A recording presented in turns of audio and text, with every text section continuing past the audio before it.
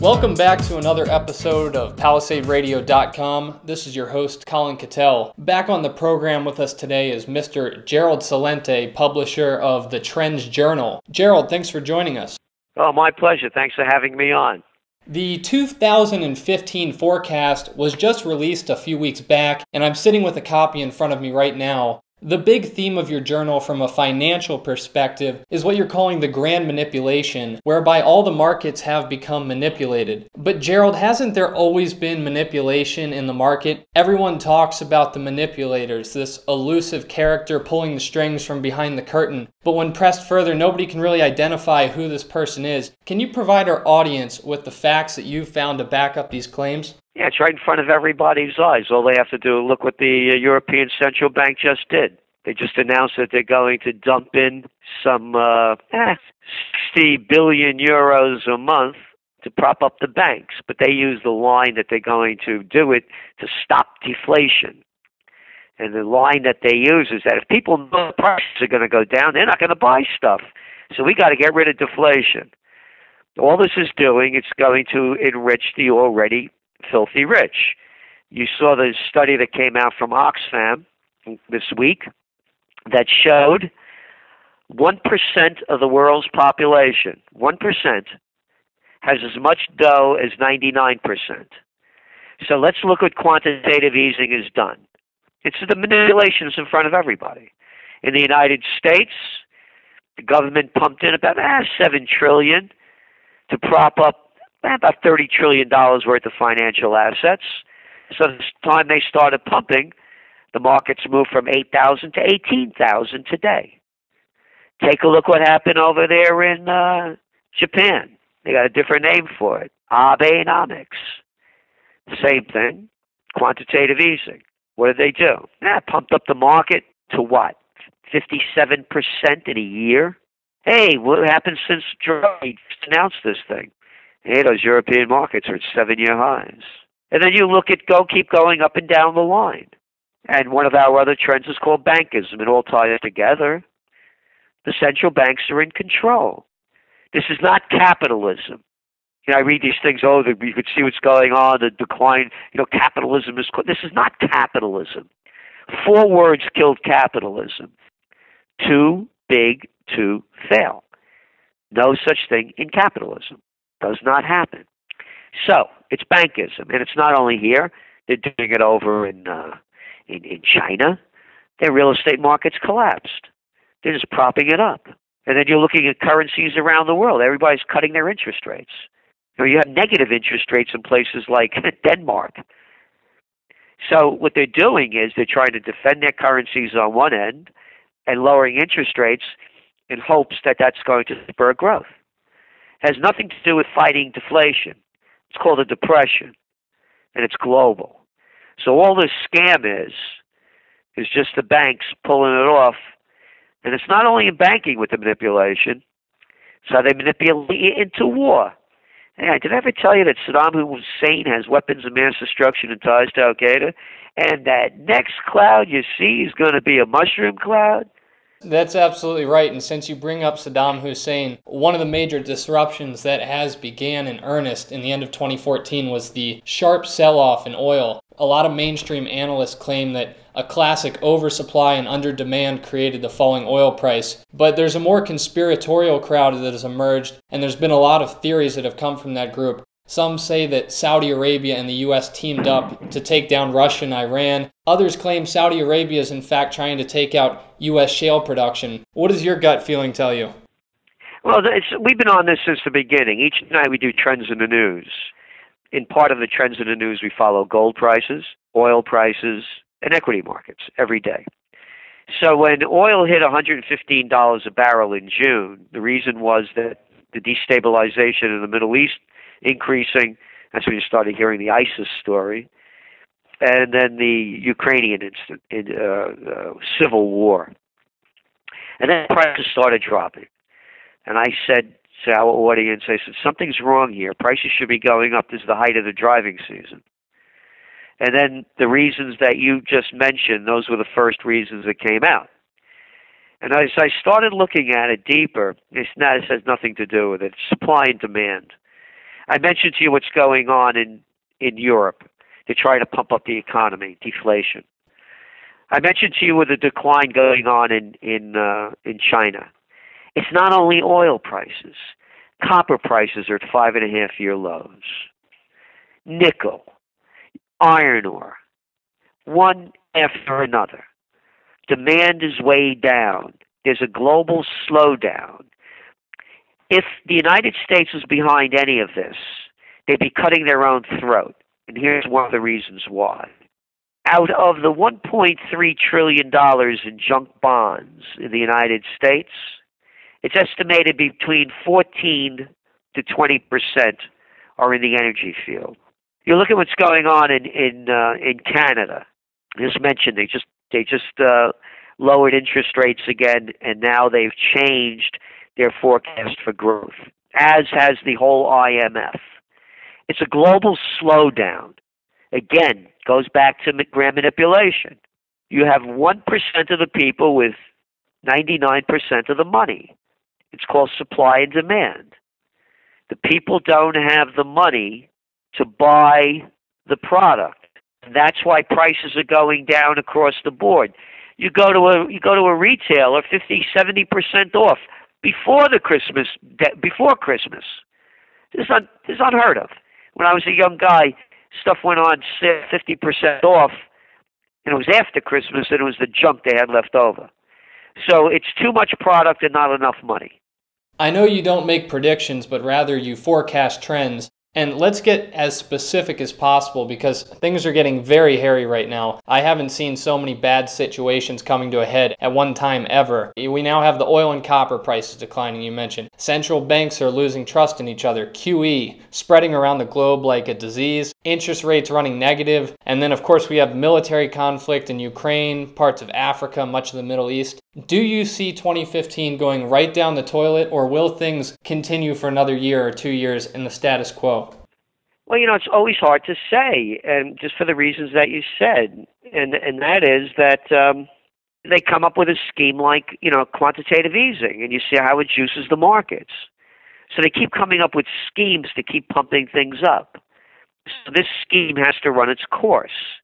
And then what scheme will they come up with next? This thing should have collapsed 2-3 years ago. It's a Ponzi scheme. So I believe this is going to be the year. That is what I believe that the panic will hit in 2015. There are just too many things to cover up, and they can't do much more covering up. They don't have that many tools left. Before they announced this ECB plan for quantitative easing, the Financial Times did a poll of economists about 2 weeks ago. The vast majority said it wouldn't work. Because it shows it hasn't worked in Japan, it hasn't worked in the U.S., why should it work over there? It's not going to work. All it's going to do is pump the equity markets up. That's all they're interested in doing. Gerald, have you thought much about what this global implosion will look like on a street level? I mean, are we talking riots in the street, poverty on a serious level, or is it a continuation of the money moving to the rich and essentially a depression playing out whereby the living standards of most people just continues to drop? Well, it is a depression. That's what they're calling it, deflation. It's depression. That's why you have falling prices. And the living standard of people is dropping around the world. So why do you think, and I don't think it's a conspiracy theory, I believe it. You saw what happened in France. Oh, by the way, on Thursday, January 22nd, 34 people were slaughtered on a bus in the eastern region of Ukraine by the government that the Americans are supporting, the Kiev government, who overthrew the democratically elected government of Yanukovych. Didn't make the news. They're Eastern Europeans.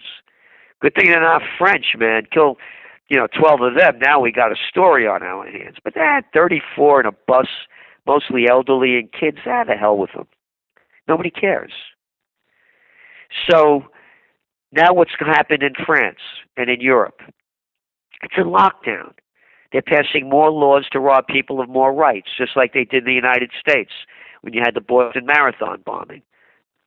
It made people stay in their house, and they declared effectively martial law. Went into houses warrantless, looking for the one of the two kids. So what they're doing is they're using these incidents that when the event that people do take to the streets, they have everything in place to put them down. Look what's going on with the UKIP party in the UK, Podemos in Spain, one after another, whether it's the Five-Star Movement in Italy or the Northern League. New parties in Germany, one after another. So that's what you're looking at here. You're looking at a lot of angry people. As I say, when people lose everything and have nothing left to lose, they lose it, ready to lose it.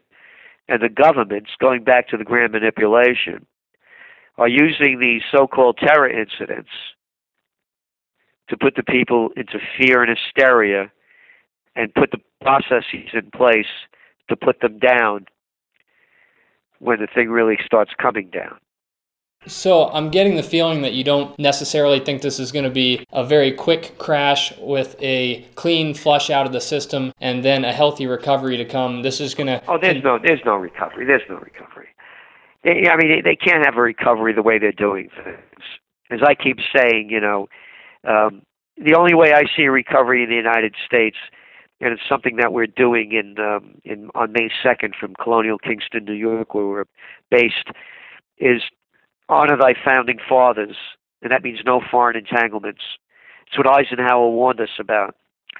And they've taken our dough. So it's time to rebuild America. That's the only way I see it. And what you're seeing going on with the sanctions against Russia may be a model to follow, and that's self-sustaining economies. And we're a country here of 320 million people. You think we can make our own shoes, shirts, computers, socks? Or are we too stupid? So that, to me, is the only way out. The way out is not for a central government and a central bank to manipulate the lives of people.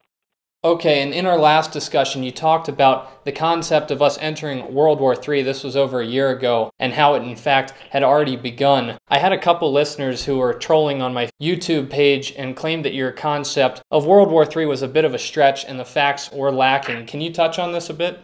Well, not for the trolls, because I could care less what they think, but anybody that's half awake or watched Obama's State of the Union address can see the future. The United States is now at war with Syria. Hasn't been declared. Now they're bombing away. Troops are back in Iraq. Oh, yeah, we're just going there to save them Yazidis on the mountain, I tell you. And look what's going on in Syria. Yeah, that Nobel Peace Prize winner that's along with Sarkozy and Cameron started that war and overthrew its sovereign nation. Totally destabilized. Hey, troll, did you hear what's going on in Yemen? Or are you too stupid? Hey, how about Bahrain? Beautiful over there, huh? Wonderful days over there in Nigeria. And Ukraine, it is just a picnic. Matter of fact, I was thinking of going there for a summer vacation. Were they kidding or what? And you can see the spread. Listen to Obama's speech. He said the United States will effectively act unilaterally to do anything that it wants to do if he feels the United States or any of our allies are threatened. War breaking out in front of us. So then when they called a terrorist strike in France, now let's get this straight. There were two guys, they said, right?